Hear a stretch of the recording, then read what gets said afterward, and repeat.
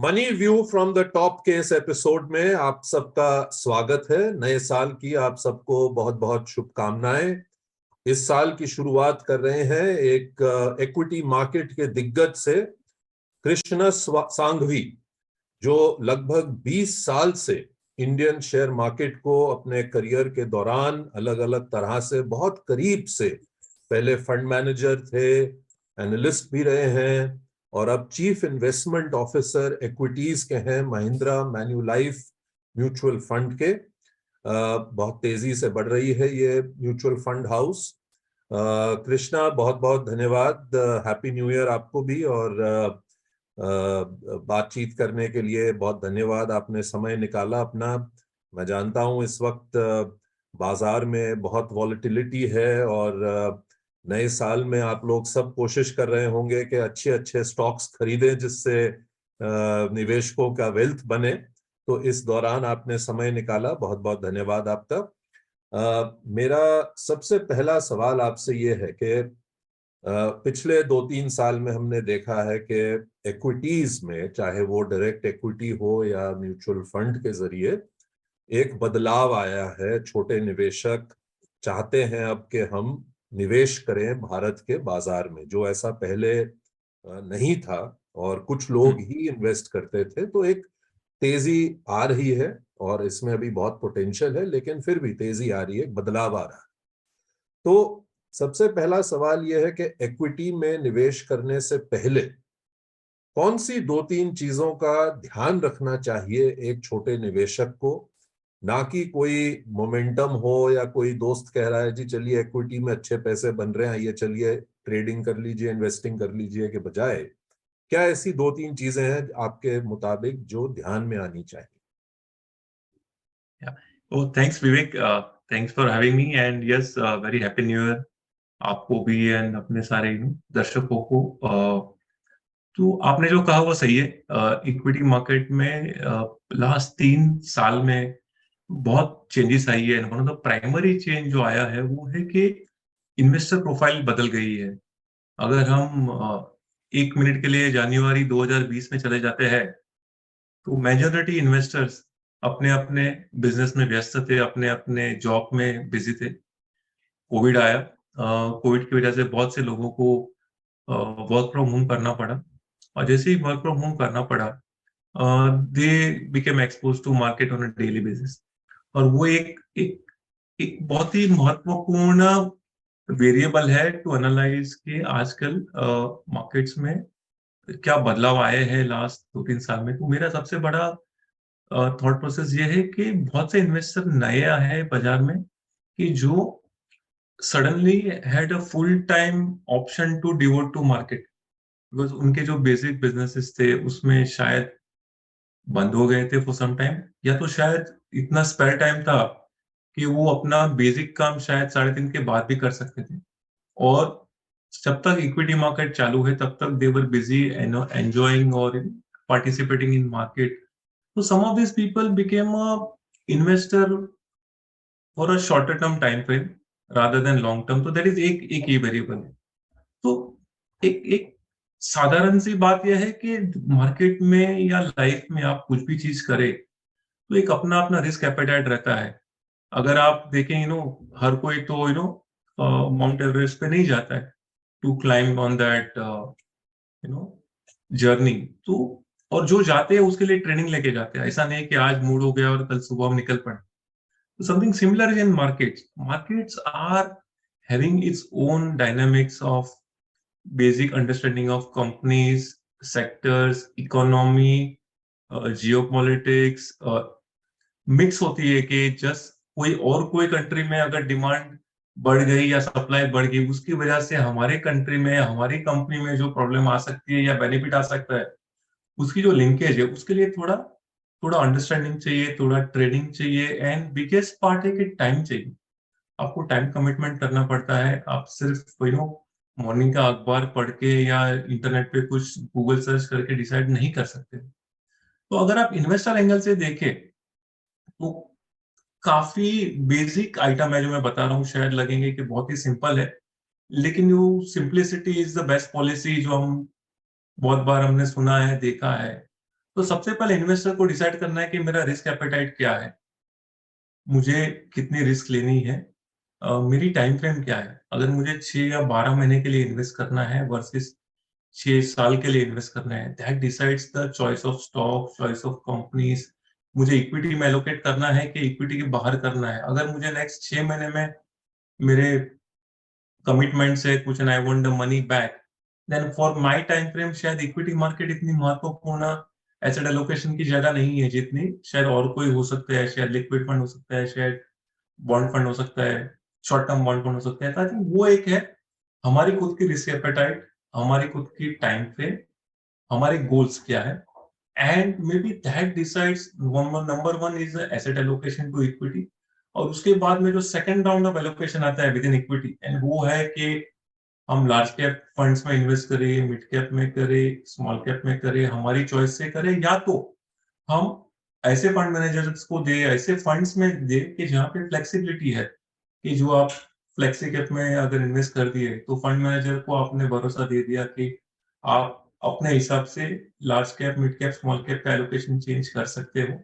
लेकिन अगर वही पैसा हमने कोई फंड मैनेजर को स्मॉल कैप में दे दिया, तो beyond a point he has to participate in small cap because of 65% minimum mandate. I think these are the key variables for investing in equity. और दूसरा सबसे बड़ा बात है कि इक्विटी मार्केट में जब आदमी इन्वेस्टर बन के आते हैं हम लोग, तो दिस में talk about individual people, obviously as a professional things are different when we are managing people's money, but as a individual एक सबसे बड़ी बात है कि हर इन्वेस्टर की अपनी अपनी चॉइस ऑफ पाथ है कि उन्हें क्या करना है। उसका मतलब है रिस्क एपेटाइट और टाइम फ्रेम। और एक पाथ लेने के बाद जो भी आउटकम आता है उससे एनवी या फियर या ग्रीड नहीं होनी चाहिए, क्योंकि अगर आपने चॉइस किया कि मुझे 12% रिटर्न वाली एसेट क्लास में ही जाना है, तो आपने लार्ज कैप ले लिए सपोज, और बाद में 1 साल बाद फिर पता चला, 2 साल बाद के और कोई इन्वेस्टर ने स्मॉल कैप लिए थे, उसको शायद ज्यादा रिटर्न बन गया, तो वो एनवी नहीं आनी चाहिए, बिकॉज आपने अपनी रिस्क एपेटाइट डिसाइड किया, आपने अपनी टाइम फ्रेम डिसाइड की। तो उसके वजह से जो आउटकम आता है, I think that's the biggest important which is courage, patience, वो जो बोलते हैं ना, वो शायद सबसे ज्यादा महत्वपूर्ण है। हम्म, बहुत अच्छी तरह से आपने समझाया कृष्णा। और मेरा एक और सवाल, जैसे आपने रिस्क की बात की, रिस्क एपेटाइट की बात की, और आपने बहुत अहम चीज बताई कि हर एक इंसान की रिस्क एपेटाइट अलग होती है। और शायद ये सबसे बड़ी हम गलती कर बैठते हैं जब हम ये एनवी, जैसे आपने कहा कि किसी और ने क्या किया, किसी और ने क्या किया, क्योंकि हर एक इंसान की रिस्क एपेटाइट अलग होती है। और आपसे अगला सवाल मेरा ये है कि जब भी किसी छोटे निवेशक से बात होती है, आपकी भी जब होती होगी, तो सबसे पहले ये आता है, अरे इक्विटी में तो बहुत रिस्क है। और हम लोग स्टैट्यूटरीली भी कहते हैं कि भाई इक्विटी रिस्की है, आप ध्यान देकर निवेश करें। तो इक्विटी में रिस्क जो है उसे कम कैसे किया जा सकता है आपके मुताबिक? क्योंकि अब एक चीज हमने देखी, जैसे वॉलेटिलिटी। आपने भी जब अपना करियर शुरू किया था, मैंने किया था, तब 100 Yes. पॉइंट भी ऊपर नीचे मार्केट होती थी, हम जर्नलिस्ट उसको क्रैश कह देते थे या बूम कह देते थे। तो अब वही नंबर 1000 हो गया। हाँ, परसेंटेज में शायद उतना ही है, लेकिन अमाउंट में 1000 पॉइंट हो गया, ऊपर एक दिन नीचे। तो एक तो वॉलेटिलिटी का रिस्क है ही है। अब कई लोग, अच्छी बात यह है कि एसआईपी के जरिए निवेश कर रहे हैं, जिससे कि वॉलेटिलिटी कम हो जाती है एक निवेशक के लिए। लेकिन और ऐसी क्या एक दो चीजें आपके मुताबिक जिससे ये रिस्क कम हो सकता है? पूरी तरह तो नहीं जा सकता, लेकिन कई आंकड़े मैं देखता हूं कि अगर आप 10 साल 15 साल तक निवेशित रहते हैं इक्विटी में, तो लगभग आपका रिस्क 0 हो जाता है। तो ऐसे ऐसे आर्टिकल आते हैं, आंकड़े आते हैं, डेटा पॉइंट्स आते हैं। तो आपके मुताबिक एक निवेशक इक्विटी में अपना रिस्क कैसे कम कर सकता है? आई थिंक हम इक्विटी मार्केट में why wealth is created, I think वो सबसे महत्वपूर्ण क्वेश्चन है। लेट्स से तो प्राइमरी आंसर है, जब इकोनॉमी ग्रो होती है तो economy grows and wealth is created for many people. तो सबसे बड़ा महत्वपूर्ण है कि हम जो इकोनॉमी में इन्वेस्ट करने जा रहे हैं वो इकोनॉमी ग्रोथ पोटेंशियल पे है कि वो इकोनॉमी में शायद थोड़ा डी ग्रोथ के पोटेंशियल है। तो जैसे जो, तो that is one big variable which we should understand. हम आज सिर्फ भारत के बारे में बात करें, इंडिया एज अ कंट्री, आज से 15 साल पहले 2006 में शायद we were 14th rank in the world GDP rank. In 2021 where the last data is available we are 7th। अगर हम 15 साल में 2006 से 2021 के बीच में भारत की इकोनॉमी वर्ल्ड में 14th रैंक से वर्ल्ड में 7th रैंक बन गई, और in that period our economy actually more than tripled in a dollar terms. और हम तो इंडियन इन्वेस्टर है, beyond a point we will also benefit in rupee depreciation terms also। So to an extent, our real economy for India in Indian rupee would have been 5 times if the dollar economy is 3 times। वो जो सबसे बड़ी महत्वपूर्ण बात है कि risk को हम कैसे आइडेंटिफाई करें, तो पहला है कि हम ऐसी इकोनॉमी में इन्वेस्ट करने जा रहे हैं कि जहां पे इकोनॉमिक ग्रोथ की संभावना काफी ज्यादा है। Because then if you are on the right journey then you will definitely reach your destination. अगर बस चालू ही नहीं हो रही है तो आगे नहीं जाएगी शायद, बट इफ यू आर, तो that is one is the country level identify करें।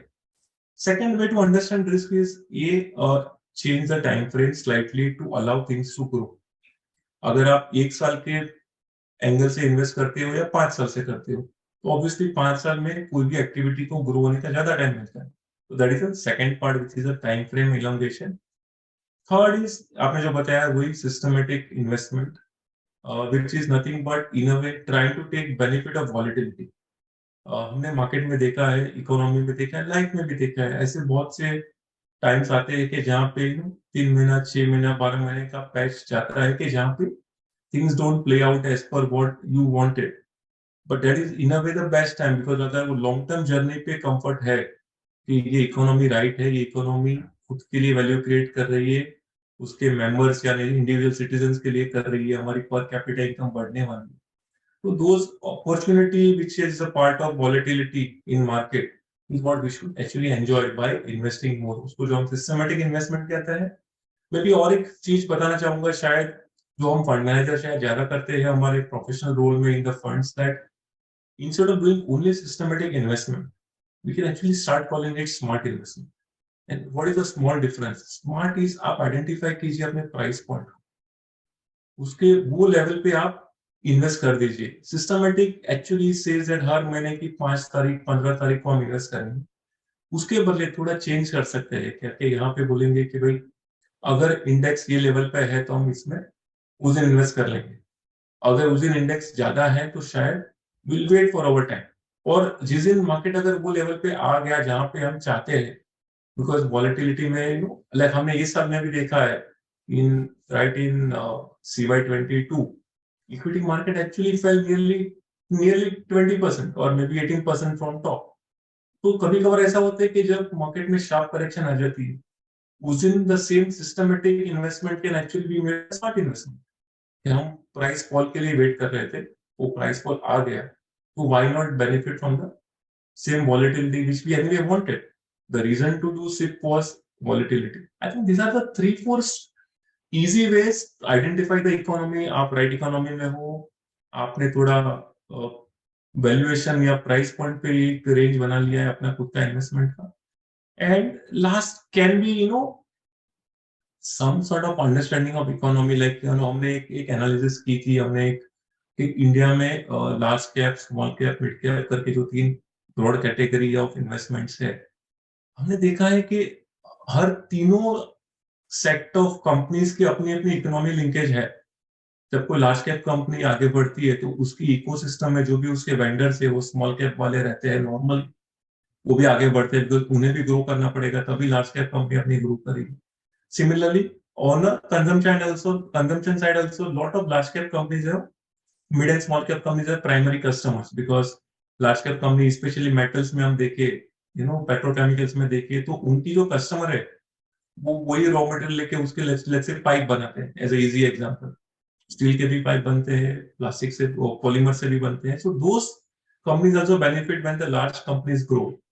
सो our idea is simple, large cap mid cap small cap तीनों सेगमेंट इतने इंटरडिपेंडेंट है इकोनॉमी में कि उनकी तीनों की ग्रोथ साथ में ही होनी है। लेकिन इक्विटी मार्केट में थोड़ी अलग एंगल है। इक्विटी मार्केट में कभी कभार क्या होता है, बिकॉज ऑफ इन्वेस्टर बिहेवियर और वो एक्स्ट्रापोलेशन इन मार्केट, विच को हम वैल्यूएशन वर्ड यूज करेंगे, कभी कभार some segment of market becomes over value, some becomes under value. और वो जो है वो लास्ट वेरिएबल है शायद टू ट्रैक कि अगर कुछ सेगमेंट ओवर वैल्यू हो गया है तो it has to take a breather, it has to take a rest.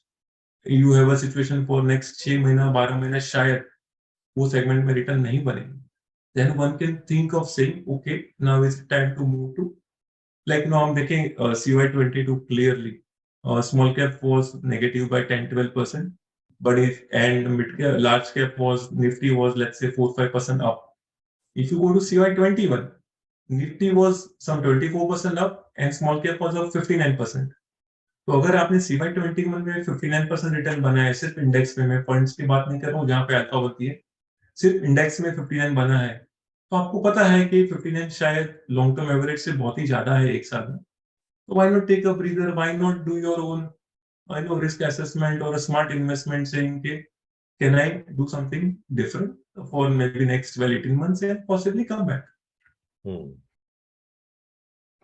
Krishna, power of compounding की बात होती है जब भी इक्विटी की बात होती है, और अगर देखें पिछले 15 साल 20 साल 25 साल, अब प्राइवेट जो म्यूचुअल फंड इंडस्ट्री है उसको अब 25-30 साल भी हो गए हैं भारत में, और बेहतरीन कई स्कीम्स ने रिटर्न दिए हैं इस दौरान। अगर CAGR देखें तो कई स्कीम्स के तो 20% से भी ज्यादा है, लेकिन बहुत कम निवेशक पूरे टेन्योर के दौरान तक रहे होंगे।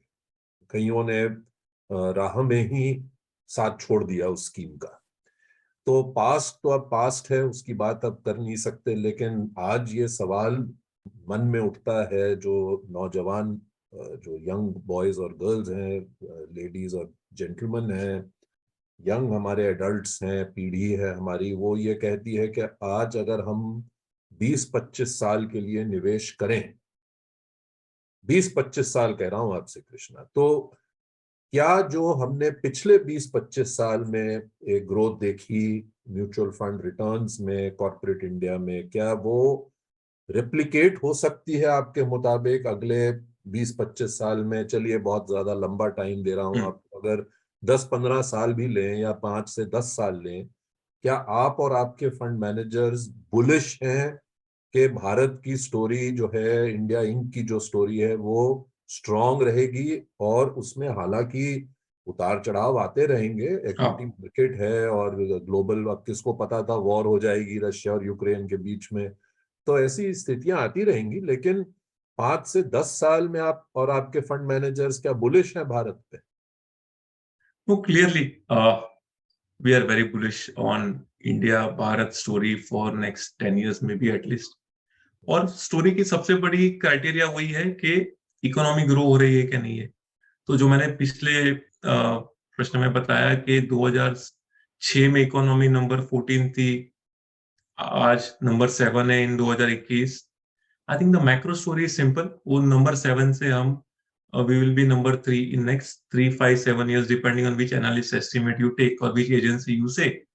तो अगर इकोनॉमी ग्रो होनी है, लाइक आज हम देखें we are a $3 trillion economy approximately, तो हम जब 5 पहुंचेंगे तब हमारा नंबर 3 हो जाएगा ना। जब नंबर 3 होना है हमें, तो वो जो इकोनॉमिक जर्नी है उसकी बेनिफिट्स तो बहुत आने वाली है। हमने जो लास्ट 15 साल में देखा है no, just as a example अगर हम ले, तो 2 दिसंबर 2006 में जब इंडिया की रैंक 14th थी वर्ल्ड इकोनॉमी में और इंडियन इकोनॉमी की साइज थी स्लाइटली वो under $1 trillion in dollar terms, Nifty was slightly below 4000।